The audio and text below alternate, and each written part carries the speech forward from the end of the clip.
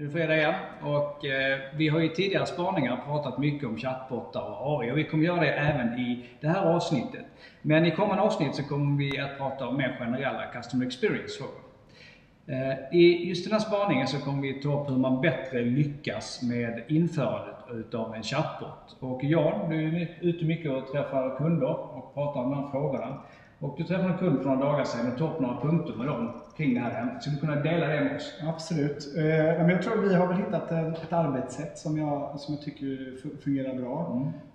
Och som jag känner är ett bra sätt att liksom ta första kliven när det handlar om att starta med chattbot.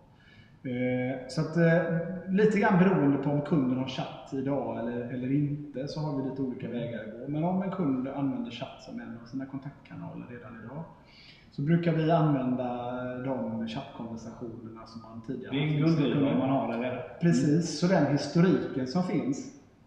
Och då gör vi en analys av den chatthistoriken och tittar på vad är det för typ av ärenden som man faktiskt har i den här kanalen. Vad undrar kunderna över? Vilket av ärendena tar lång tid att hantera och så vidare. Och sen så delar vi upp dem tillsammans med organisationen i egentligen tre ganska enkla områden. Det första området är vilka av de här kundkontakterna vill vi fortsätta ha en människa-till-människa konversation med. För vi känner att man kan tillföra ett värde som medarbetare på en kundservice med sin empatiska förmåga, sin förmåga att hjälpa till med rådgivning, försäljning, merförsäljning och så vidare. Och det är ju kontakter som inte vi vill riskera. Och då ser man till att de behåller vi har som människa till människa. Andra delen är att titta på vilka kundkontakter får vi in på kundservice på grund av att det händer saker på andra ställen i organisationen som inte riktigt hanterat rätt. Det kan vara att vi inte är proaktiva i vår information till kunden, det kan vara att vi är otydliga, det kan ha med policies, det kan ha med brutna luften att göra och så vidare.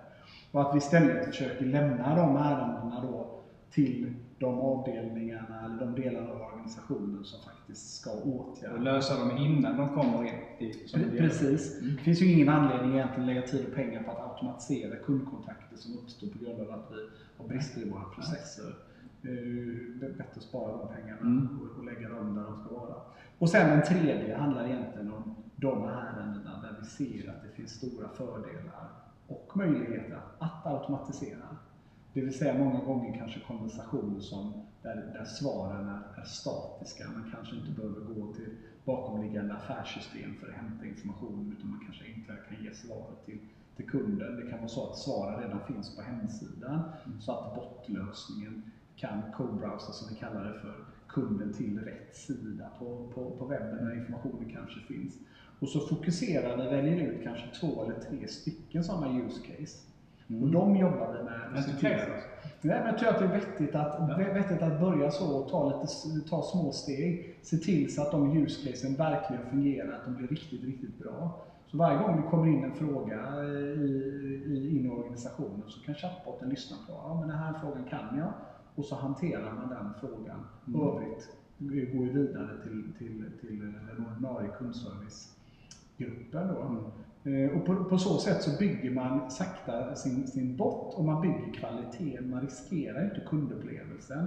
Därför den agerar bara när den kan ärendet, inte annars. Istället för att den ska lyssna på alla typer av frågor och i 80% av fallen säger jag förstår inte, jag kan inte, jag kopplar den vidare. Så agerar den bara när den känner igen ett ärende som den kan. Och det känner vi har varit framgångsrikt och det bygger vi gärna vidare på. Okej. Ja, tack så mycket Jan. Tack. Och ni får ha en himla trevlig helg, så ses vi nästa fredag igen. Ha det bra. Hej.